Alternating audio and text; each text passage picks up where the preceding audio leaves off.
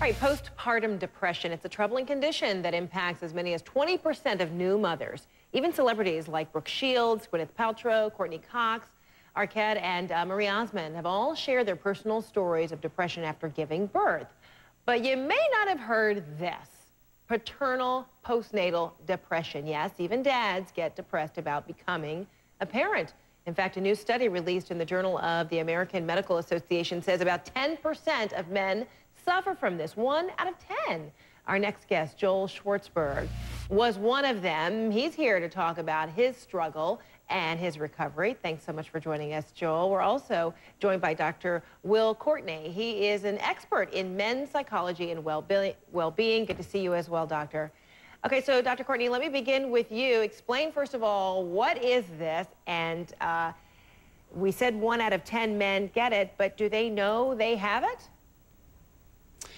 No, and actually, as a society, we're rather blind to men's postpartum depression and men's depression in general. There's a cultural myth that men don't get depressed, and so oftentimes we don't recognize it, and men don't recognize it. In fact, they often try to hide their depression, which only worsens it.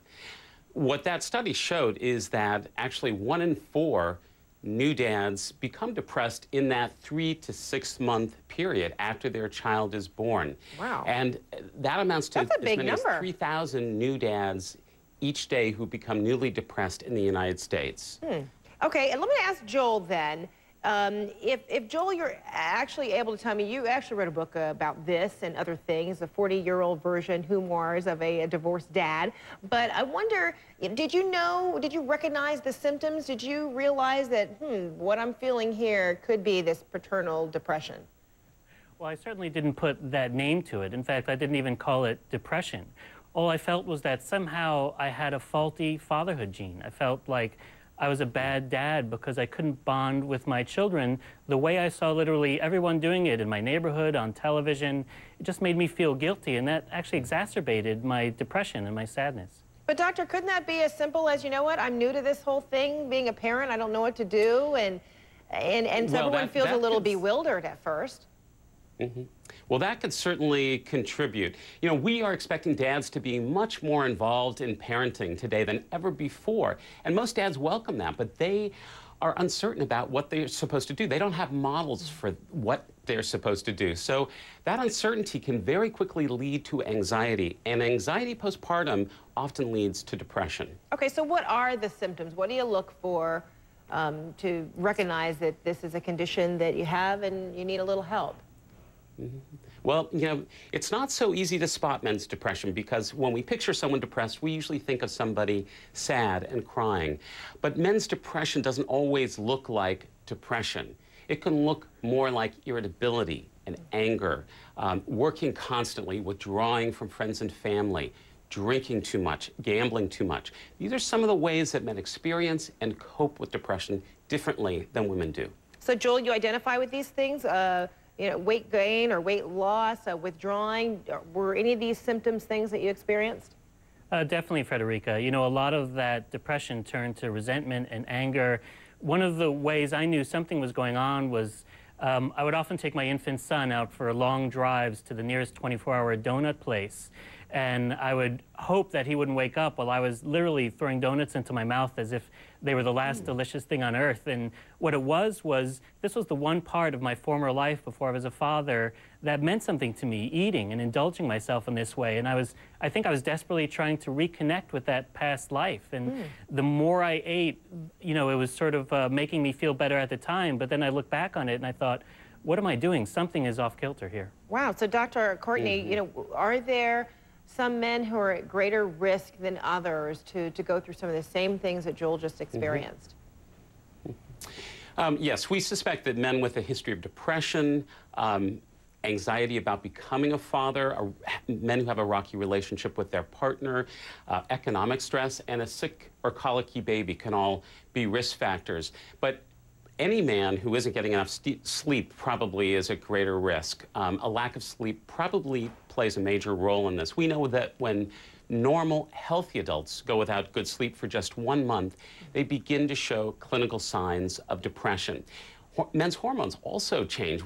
Most people don't realize that, but they change both during pregnancy and early in the postpartum period. And it's a double whammy. Not only do our testosterone levels drop, but our estrogen levels and prolactin levels increase.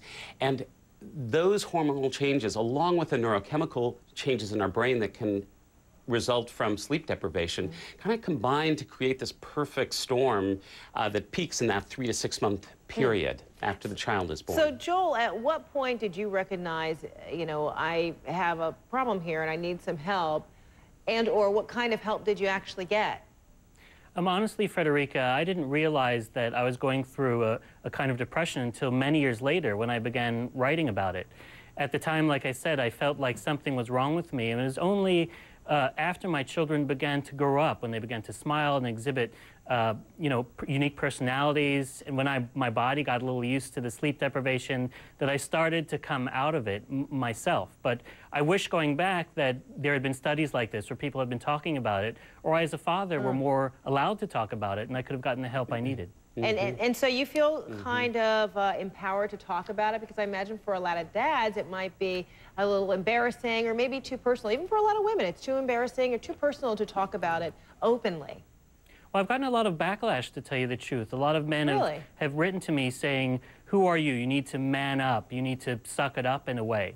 But privately, other fathers have come up to me and say, I went through the same thing you went through, and I also thought there was something wrong with me, but I feel like I'm not allowed to talk about it because there's this idea that men are just supposed to, the word is man up, deny and bury these feelings. And that's, I think, why I got that big backlash. Wow. So, Dr. Courtney, what do men do? What's your advice if you can identify with what Joel was talking about and you're feeling this? Where do you go? How do you seek some support so that people are not saying things like that to you? Well, the most important thing is to get help. Men are much less likely than women to get help for depression. But certainly Joel talking about his experience and people recognizing that men's depression doesn't always look like women's depression is important, because even trained mental health clinicians are less likely to correctly diagnose depression in men than in women. So it's important that this word get out, and that men do anything that they can to get support during this period. I think it's really important to do everything you can to prevent depression before it occurs. So if you have a history of depression, get a mental health provider in place, along with medication perhaps, before the child is born. If you are anxious about becoming a father, join a parenting class. Get couples counseling a support if you and your partner have a rocky relationship. Sure. All right, Dr. Will Courtney, thanks so much. Expert in men's psychology and well-being, and Joel Schwartzberg, also author of The 40-Year-Old Version, Humors of a Divorced Dad. Thanks so much for joining us, both of you. Appreciate it. Thank you. And of course, we want to hear from both you, mothers and fathers, about your experience with postpartum depression. Go to my blog, cnn.com/Frederica, and tell us your stories, your experiences. We'll read them, some of those responses, later on in the show.